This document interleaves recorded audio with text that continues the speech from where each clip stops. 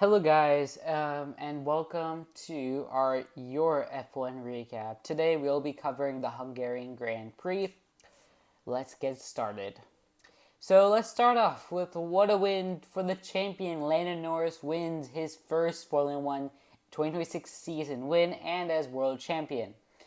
He started off in quali with pole, or started the race at pole, and finished the race winning it in P1. However, his teammate wasn't so lucky. McLaren does seem to be in a strong position, especially being more competitive with the Mercedes and Ferrari.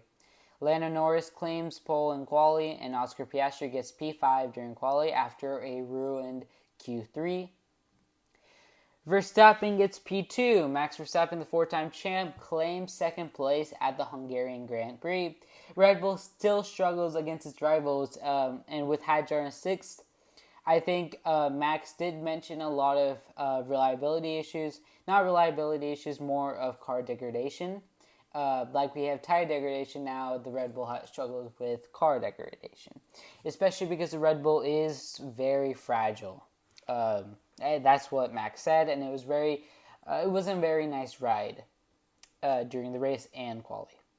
He did say, we did think that the Red Bull might fix this problem later on. However, that wasn't the case, even if he gets P2. Again, if any of your Verstappen fans, I don't think he will be able to claim his title this year. Obviously, anything can happen in Formula One. However, after this result, even Red Bull still is in a very dominant position, like it has been for years, or not like delayed like 5-6 years ago.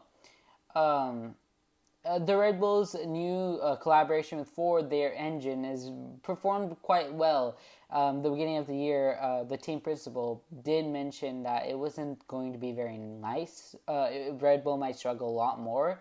But however, Verstappen is picking up the slack of the engine for their team, especially after P2, his second P2. Yeah. And another big news that we saw is that Sainz ignorance of Piastri's frustration. Sainz ignored a blue flag many times while Piastri was behind him. He did say in the radio that he never saw Piastri. However, that I don't really believe that. Later, Oscar did come in contact with Carlos, damaging his car. Then later, Oscar did get a DNF. Ironically enough, many of the midfield had blue flags that were unresponded to. Alright, Kimi stays strong and George needs a lucky charm. Bad luck still stays with Russell as he had a very slow start, causing him to push back to P18. Kimi did receive a 3-place grid penalty after ignoring many yellow flags during the qualifications. However, he did finish P3, Russell P8. I feel like Kimi is a very talented racer on the grid.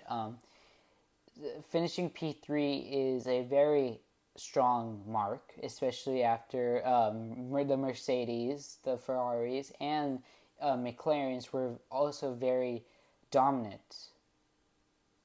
Wait, no. Sorry, not the Mercedes. Yeah, sorry. The Ferrari and the McLarens were both very dominant, so you had to pass through them. Also, props to Verstappen beating the Mercedes and defending from Kimi for taking P2. During the race, he did say that he might get a P2, or the team wanted him to get P2 that they can beat Verstappen, but Verstappen did defend.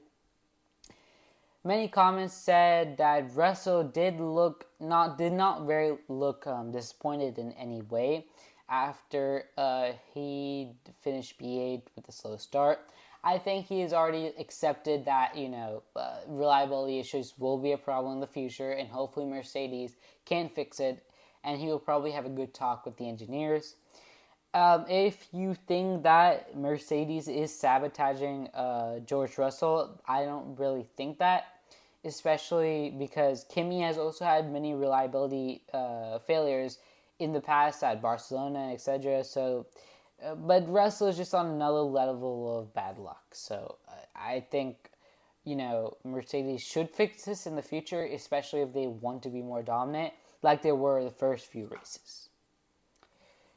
Okay, so Hamilton, Kimi, 3 place penalty. So Kimi Antonelli, due to ignoring, grid penalties, due to ignoring yellow flags, and Hamilton received this for impending Oscar during quali.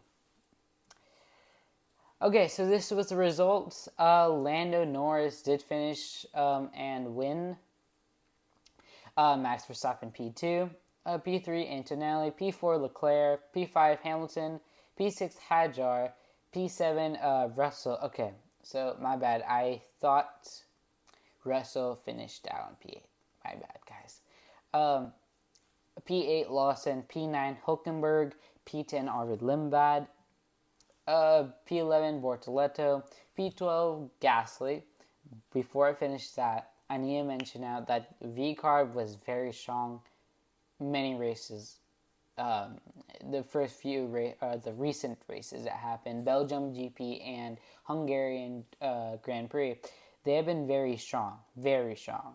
I think they might be currently the best midfield team, even though being under the shadow of the Red Bull team. So props to them.